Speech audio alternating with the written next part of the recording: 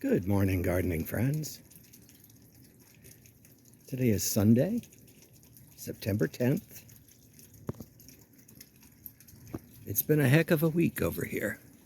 I'm just sitting in the backyard enjoying a cup of coffee. It's beautifully cool today. It's 71. Humidity is minimal. And it's about 8 o'clock in the morning. As you can see, I did get a new tablecloth, or I got a tablecloth for out here. Figured I'd dress the place up a little bit. I do have cushions for the chairs, but when it rains a lot, I don't like to have the cushions get wet. It takes forever for them to dry out. But you can see the bananas need a little bit of work. I really wasn't out in the yard at all this week, other than watering. I did water a couple times. In fact, I need to water all my potted things again today. This was a Miss Mimi week. Poor Miss Mimi got some kind of a bug and threw up a couple of days ago, which is not unusual for her at her age. She is 19. But after that, she kind of just collapsed and slept in her little cat bed and didn't want to get out. And of course, this all happens after hours when the vet is closed. So we had a sleepless night because I put her in her little cat bed and kept her next to me. And every time she'd stop purring, I would jiggle her a little just to make sure she was still with us. But she was very weak and really couldn't even stand. So stayed with her that night, and in the morning, I guess she had enough of being jiggled all night and awakened because she got up and hobbled off under my bed in the den where she slept for the rest of the day. She is drinking water, which is good, and eating. Oh, baby's come to visit. She's sleeping now in the den, of course, under the bed.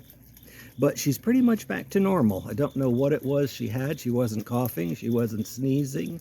She just sort of collapsed and didn't want to walk anymore. So that took up about 3 or 4 days of this week, was just watching after her. It's tricky when you have an old cat. Of course, it's like an old person. You don't know anytime they get sick, is this the end or what? And I hate to bring her to the vet because she absolutely loathes going to the vet. And that is one of the things, as you get older, you doctor's not bad, you just don't want to go to the hospital. As you get older, your chances of leaving the hospital alive start diminishing. When you're younger, you go to the hospital to get well. But enough said about that. I did come home under end-of-life hospice about 4 years ago. Here you can see my Nepenthes cactus. My Nepenthes is doing well. I'm thinking about the cactus I'm going to show you a little later. This Nepenthes has really bushed out. It's got 1, 2, 3 stalks at the top that will send down those large runners. I'm almost tempted to cut this off, but because it just makes it so unwieldy, but it really likes that spot and don't have the heart to do it. So I'm just going to let it be and do its own thing.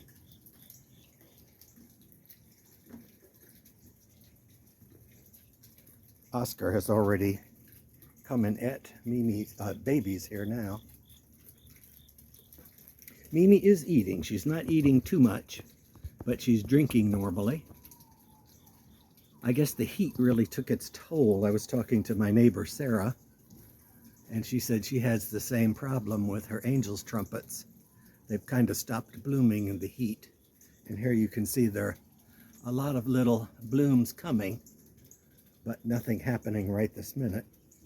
I guess it's good they're alive at the very least. This is the time of the day that the hummingbird comes.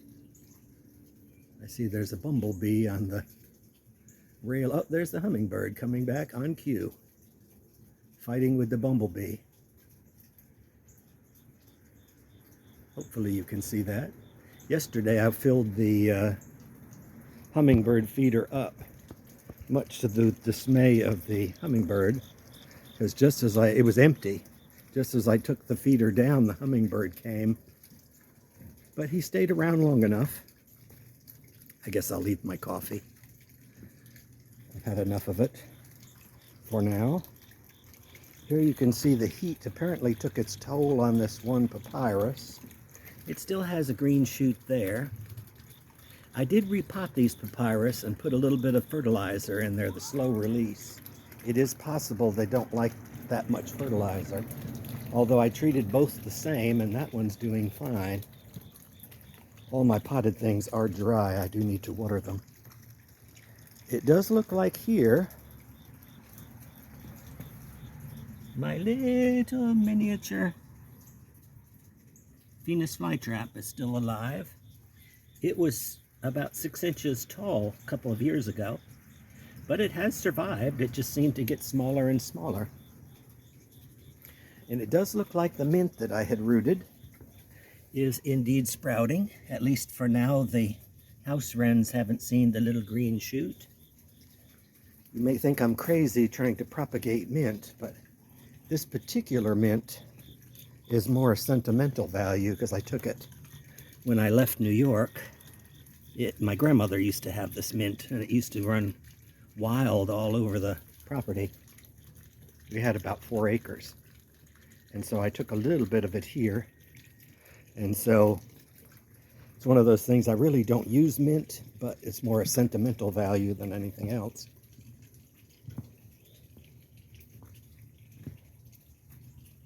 Up in here, I'm really pleased the way the colors came out this year. This is the first year I kind of let this plumbago do its own thing, and it just seems to like it. The blue next to the magenta is rather stunning. This here, the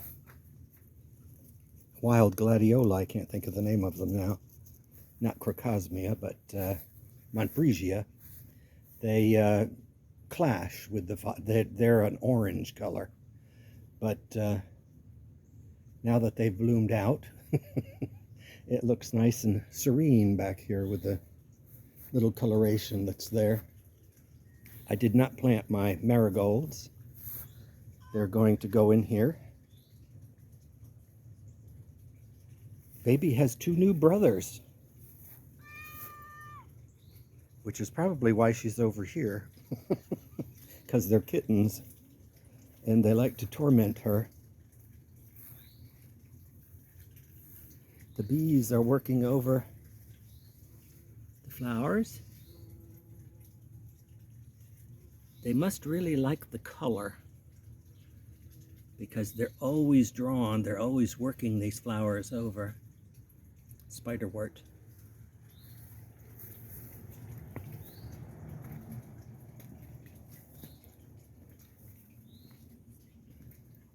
I do need to water up in here. I started cleaning out and weeding, not weeding, but trimming back my potato vine, air potato vine yesterday. You can see one piece of it's left there.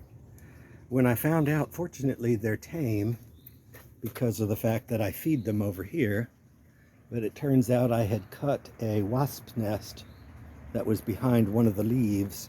They did not sting me, but it shook me up enough that I just kind of left it and didn't run, but walked away.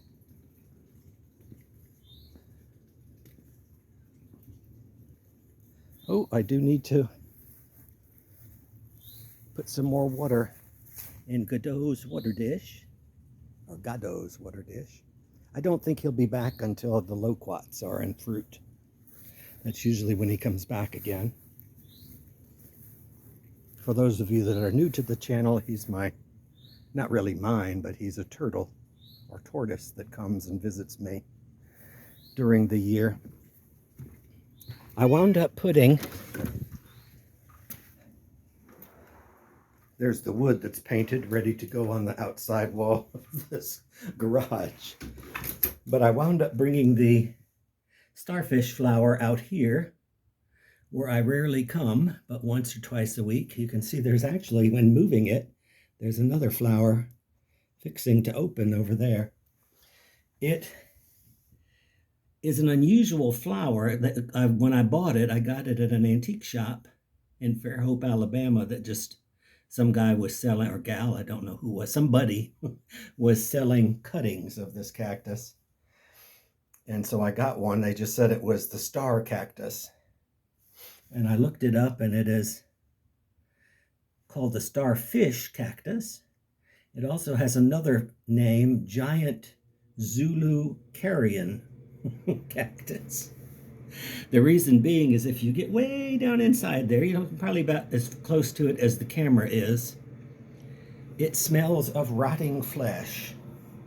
Or the best way to say it so you'll understand the smell, if you've ever made a steak and take the little packaging that comes with it and toss it in your trash and get a whiff of it about 2 days later, well, that's what that flower smells like. That's why it's out here. And I haven't shown this in a while, but here it is, September 10th, and my poinsettia is still in flower.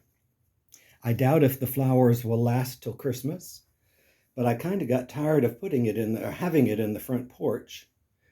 You know, red is pretty for a while, but I mean, it's been in bloom since, well, actually, it started sending out little leaves, little bracts back in December of last year. So it's really performed its heart out over here. This is one that I had bought 2 years ago from Walmart. And once when you stick it, it loves this location. This is a southern exposure in my garage / guest room / laundry room. There's a laundry behind that closet, stackable washer dryer. But in any event, it loves it here. And since I brought it out here, all of this growth, the green growth, is new. It didn't do anything in the front porch, so go figure. The front porch is the same exposure, only sunnier. And this begonia is where I planted an avocado pit last year, because I had seen I saw on YouTube where if you plant the pit, instead of putting it in water, if you put it in ground, it'll take a little longer, but it'll actually do better ultimately. Well, mine never did better.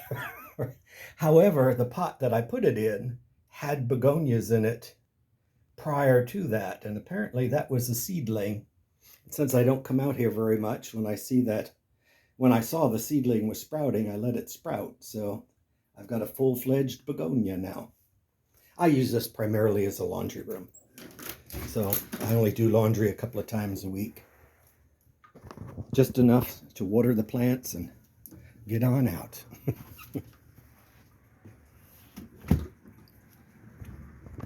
My yellow sedum has just about all died back.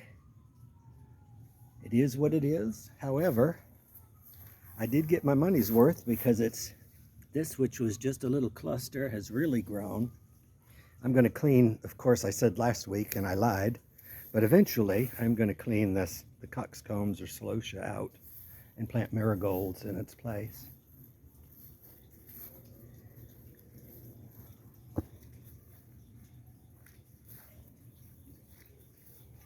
There's some more bees.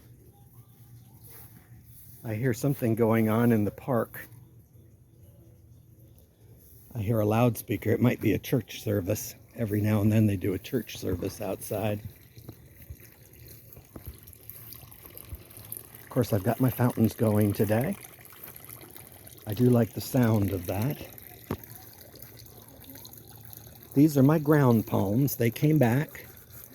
They look just like aspidistra, but they have pleats in them. It's actually ground or pleated palm. At least it was called pleated palm when I bought it. As I bought it, I've hence found out it's really a ground palm. It's grown a lot in Florida. Here it's kind of tough because it looks like aspidistra, so it's kind of hard to tell the difference. So what I did gradually is I pulled it all forward. The one way you can tell the difference is at the first sign of frost, these leaves will turn absolutely yellow and die, versus the aspidistra will stay green-ish. You can see I've got to clean my aspidistra up. My ladyfinger palm I did clean up a couple of weeks ago, and it's looking as good as it's going to look. It doesn't get really tall, but it survives there. This is a little too cold for it. Supposedly it does grow in New Orleans, but there are protected places in New Orleans, I guess, where it grows. It does like to be under that palm. This is the second location I tried it in. It used to be over here where the fatsia is, and it got about as tall as the fatsia did one year, and then the frost hit it and it actually died right back to the ground. So it, at least, even though it got as cold as it got last year, that only got yellow leaves at the top. I did cover it. Here you can see more of the little ground palm. Here it has to fight with the tree roots, so I have to make sure I keep it wet. There is another piece of the ladyfinger palm. Let me very carefully work my way in here. I did transplant that little cutting last year, so it is growing. Looks pitiful, but it's growing, and that's all that counts for right now. So what I put in its place, or next to it, is I put the fern. I forgot the name of the fern right now, but it used to be hanging up where these other pots are. And Kimberly fern. And that, I've had that Kimberly fern for probably 4 or 5 years in a pot, hanging. I bring it in for frost. And I did find out accidentally in the front yard when I just put my pots on top of the ground that somehow it, I don't want to say seeded because ferns don't seed, so it must have spored. But in any event, somehow it got into the ground and grew in my rocks in the front yard. And although it dies back every year, it comes back fine in the spring. So in a Zone 8B garden, Kimberly ferns will come back. I see so many people throwing them out that have bought hanging ferns. Of course, they look terrible because they die back to stubs and you can cut them right to the ground. However, if you have patience, they will grow back again. Oh, there comes a big truck. Now that the road is opened, the grocery store across the street gets deliveries.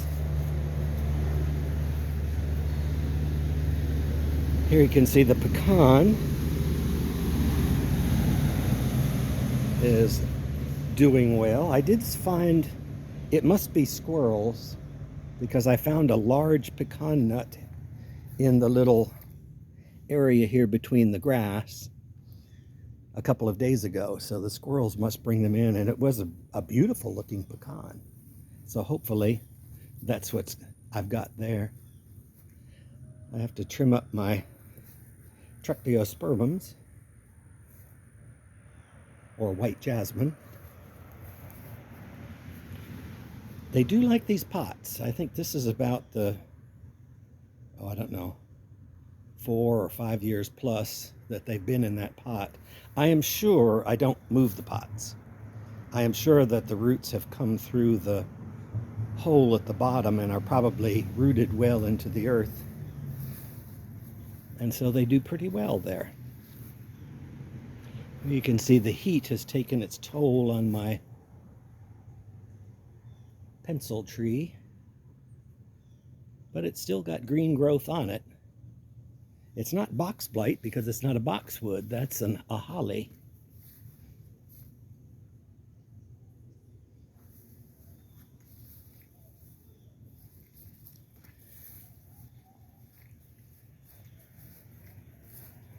A lot of bee activity this morning.